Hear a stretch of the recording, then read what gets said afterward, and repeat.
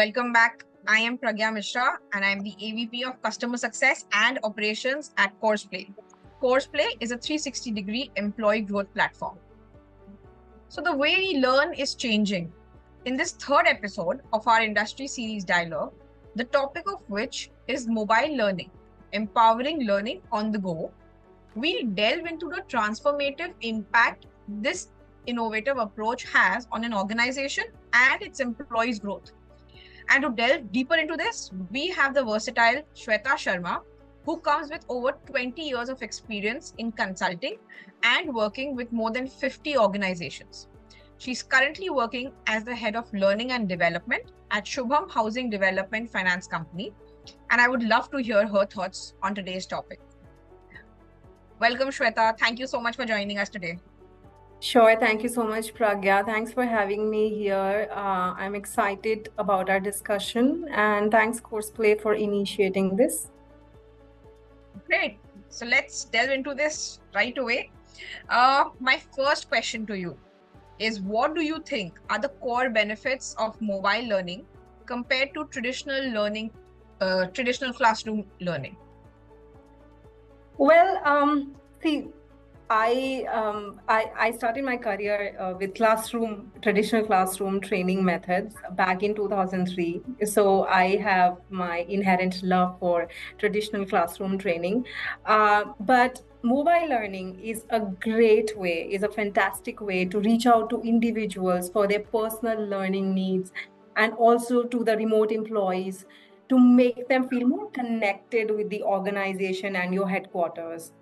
While traditional classroom training has its own merit, and I feel it's not justified to compare the two forms of learning, mobile versus classroom, but I can definitely highlight specifically here the merits of mobile learning.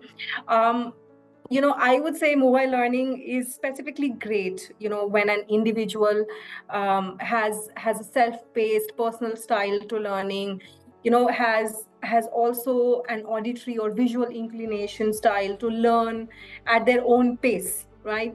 And if the learning is adaptive, it's just all the more better. I've gone through adaptive learning experiences and they have worked wonders. It has given me feedback and I have learned on the go. But I'll talk about Shubham. At Shubham, we have more than 155 branches across India. Now, it's very difficult for us to reach out and invite everyone for a classroom learning mode. So what we do, we curate specific training programs for different functions, and we conduct at least a minimum of 25 different 1-hour training sessions over online. Now, these trainings can be through video conferencing mode. They are in e-learning mode, assessments, quizzes, surveys. They're just video-based learnings. So we explore so many different ways in imparting training to our learners, and all of these trainings are actually curated per department, even per designation, and even per region. And we've even seen this even reflects in our overall employee experience rating as well. I can talk endlessly about it again. But if, in a sense, if you want to maximize your connect with the remote employees, and you want to facilitate learning on the go, then you must be very open to explore so many different ways to facilitate mobile learning. And there are merits of its own, is what I can say. Wow, those were a few amazing points. But I'd like to ask one particular question, which is usually a challenge that is faced by people who are trying to promote mobile learning, which is that human factor, the one that usually comes in when classroom training is going on. You are able to see the response of the learners versus if they're actually being able to grasp the concepts. Is there a way that you have found that is more efficient, or how have you overcome this challenge?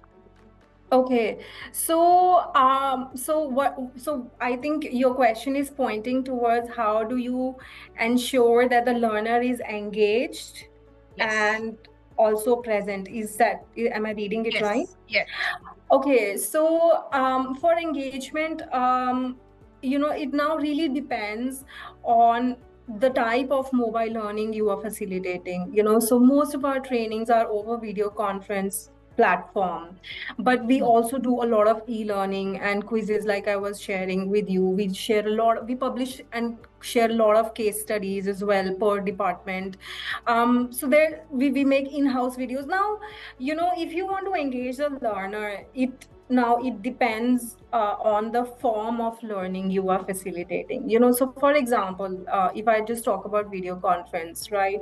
So if I'm facilitating a learning to, let's say, 300 or 1000 learners, Right. and I want to make sure that they are engaged with me. So we it has to, you have to make your learning session very interactive. So we infused activities where we will just ask them to come up on a video for a minute and do a little quick activity with them, and it's just fun. I recently just did an airplane making activity where just I said that wherever you are, grab a paper and make an airplane and show to us. We were just driving a learning around it. It really, really depends, again, like I said, on the kind of facilitation you have. We infuse a lot of polls, we do a lot of quizzes. So it's just about how many methods and how much you want to engage your learners. We take their feedback actively. So per training to on its own is what I can say.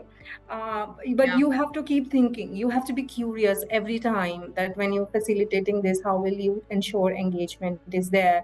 If there is a video content you want people to see, how will you make sure that maximum people have gone through it? Can you add an assessment after that to ensure engagement and also effectiveness? So things like that. Brilliant. I think these were some really interesting points to Yeah. keep the learners engaged. Mhm. So my next question is now more about the content. So, Okay. in your opinion, what are the best practices for developing mobile learning content that is both informative and accessible? You've already mentioned on how to make it fun, but what about informative and accessible? It's very simple. I personally like to keep my things, my business very simple. Know your customer. Know your customer is the key. Know your customer, whether it's your internal customer, your learners, or your external customers whom your learners are engaging with, right? Whether it's sales team engaging with a customer, or a customer service team engaging with the customer, or a support function enabling the customer facing team. But at the end of the day, if you want to create informative and relevant and accessible training content, you need to be able to know what is it your customer wanting and needing on top of it. And the only way to know and maximize impact of a given learning experience, you have to know what's relevant and required for them. For example, see, we are in housing loans as Shubham Housing Finance Limited. And if I try to emulate and copy content creation from tech industry, that what goes on in them, it will not work.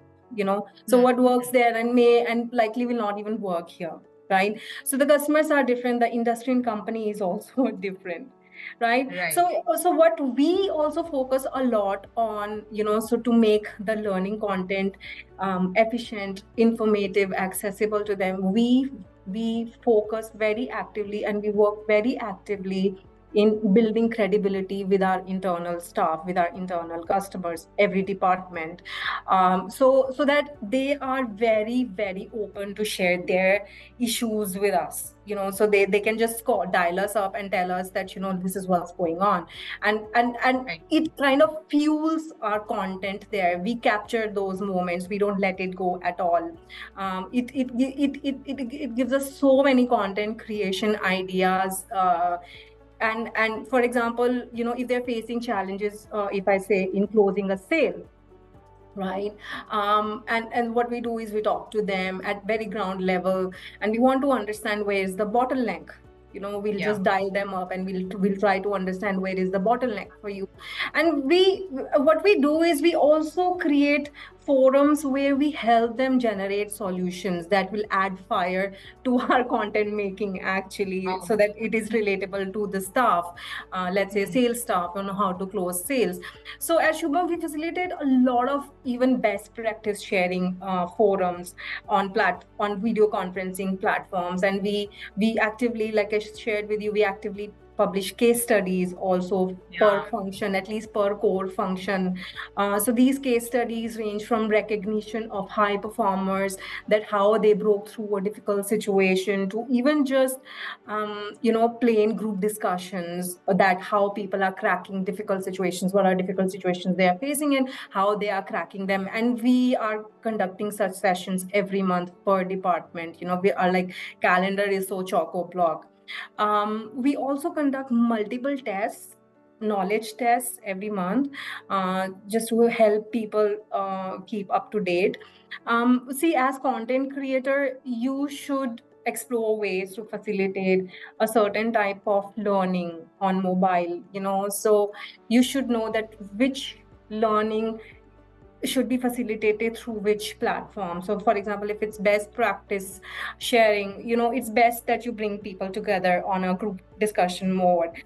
But let's say if it's something as core, even as a prevention of sexual harassment, can you conduct an e-learning? So you should know what learning through which mode you are facilitating, and how will you gauge effectiveness of it. In fact, I can even add that, I'm so proud that we even create in-house videos for sales staff to train them on selling skills. So my team, we will role play, and we will create a video for them, and these videos are very relevant and informative. We actually pick up real situations that salespeople face while dealing with the customer, and we recreate that situation, and we tell them the right way to talk to the customer in that situation. So positive modeling is also what we focus on. Yes, this is perfect. So what you said is that the L&D is at the epicenter and maintains a connect with each and every department, and you're maintaining your relations with each and every department to understand what they'll require. And I think the point about discussion forum was also very interesting, where you have relevant topics where people can read. Do they also communicate? Do they post questions? How does this discussion forum? Absolutely. They pose questions, depending upon the kind of forum we are facilitating. We can even do a pre-training work where we have already gathered some situations, and we set off that session with those situations. It really depends on the kind of forum we've created. We ensure that people feel free to reach out to us. They can, like I said, they can call us, they can chat with us on email or on WhatsApp. We've made ourselves very accessible to everybody in the organization to connect with us and talk about their challenges with us. Yeah, this is a brilliant point, because what I've seen is it's just L&D pushing out information, but I've never heard the L&D team being so accessible by various departments that they can pass on their concerns and their special cases to you, and then you can highlight that or show how they've overcome it. So this is brilliant. Absolutely, because we want to create a content which is relevant to them. Why create a content which is off the shelf from somewhere, from some other industry or company, even our competitor? No, it doesn't, because every company also has a different culture and way of doing things. They have their own processes. So curation is the key. Knowing your customer is the key. Yeah, that's a very valid point, which brings me to my third question, which is, how does mobile learning facilitate personalized learning experiences, and how does gamification help in enhancing the learning experience? See, they definitely are, they play a very, very crucial role, especially your mobile app. It has to be agile, it should be able to offer you different features. The LMS that we chose, it's very mobile friendly. It has to be, because most of Yeah. our staff is on the go out there. So our LMS, we are facilitating a lot of different types of trainings and learnings through our LMS, and the trainings we design and the content we post is also specifically designed for mobile learning, actually. So when we are designing a content, when we're posting and uploading a content, we are keeping in mind that a mobile learner is going to access it, not a desktop learner. So it helps us reach out to our learners at ease. Then our LMS also happens to be gamified, so where people earn points, right? Yeah. So for different kind of interactions they do with our content, so they are earning points. So when they earn points, it gives us a lot of eye to what is what is engaging them and what's not engaging them. So it helps us gauge the engagement levels. We are now also creating a reward system for learners who are more engaged than the others, just to fuel them and motivate them to come up and finish content, not finish content but refer to the content that we have created specifically for them. My question is now a bit more specific to gamification. In your experience personally, have you seen that gamification actually makes an impact on the initiative a learner takes? It does. I mean, there are no two ways about it. It does, because people feel more motivated to come up and feel more centered with you. It gives a purpose and direction to what you're trying to do. So I mean, there's just a lot of work I've done in and around gamification, and the most simple and the most common of gamification methods are PBL, which is points, badges, and leaderboard. And then there are so many other methods. Gamification, the moment we say gamification, we think about points and we think about badges, we think about leaderboard. But learning is gamified. If you see the natural course of learning, it is gamified. There's always some purpose around it. There's always something next. Even if you look at your personal informal learning, you're doing it because there is next step to it. You realize that it's important for you to learn this and therefore reach that next step. And gamification is like really as vast as you can really think of. The whole human living experience is actually a learning experience. Whenever you update yourself, you've learned something, and there was always a reward associated for you with it. Gamification is as wide as that.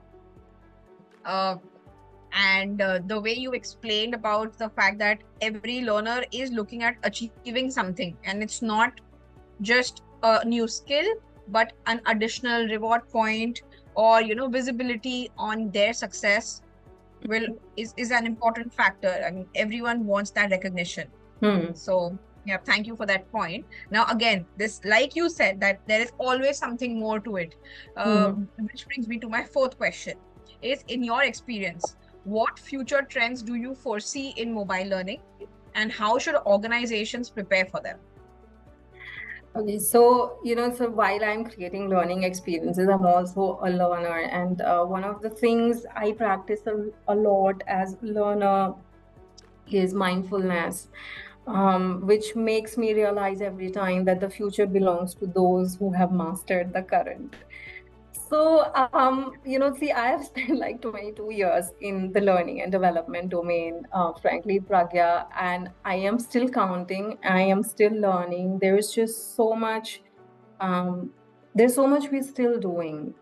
But what I want to highlight here is, in current times, I do see a lot of times we tend to be very stuck with, what's going to happen in the future, what's the future of this. Right. But I want to talk about that. It's more important that you should be very thorough and you should be able to master what's there right now. Even in content creation, it's such a vast function in itself. We are constantly trying so many different ways how to create content. We are curating content, like I shared with you. Yeah. Every month we are curating content, and my team is like always excited about what next we should include. And we take Yeah. feedback from our customers, our internal customers, and we curate, we redo the content if we have to, or we modify the content if we have to. So what I'm trying to say is that if you want to be belong to future, you should know what's required in the current, right? Because Yep. that's when you will land in the future in a graceful way. Otherwise you will have foot in the mouth. Because Yep. I have, like, I've been at the center of tech, right? Yep.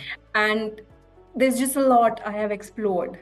But the moment we also talk about tech, we are instantly thinking about, maybe some glorious AI system, and I have respect for all of them.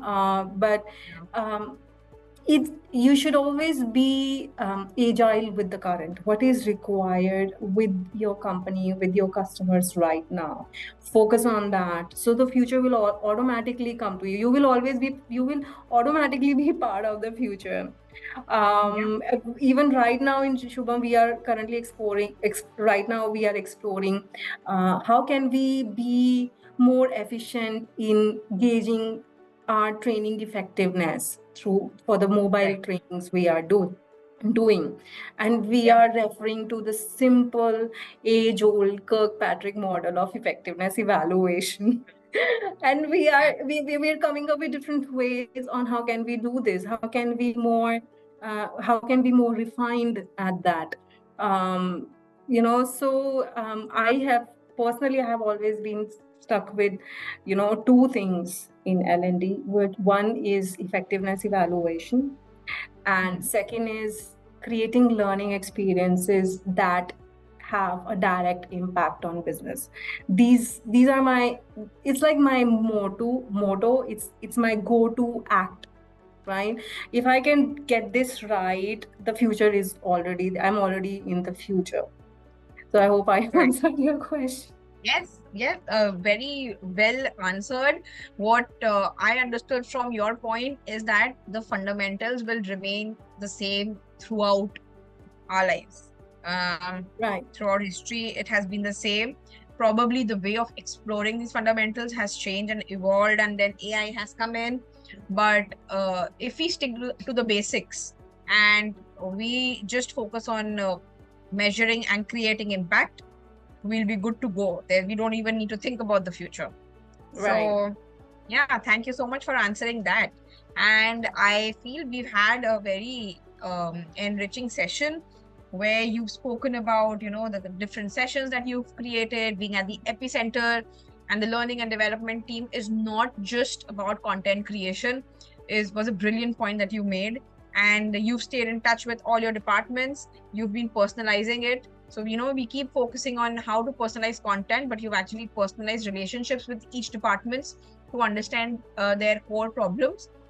Thank you so much for all the different ideas and the points that you've made today. I've had a great experience learning. Thank you so much. My pleasure. Thank you so much for having me. It was lovely discussing this with you today, Bhagya. Great. Thank you so much, Shweta.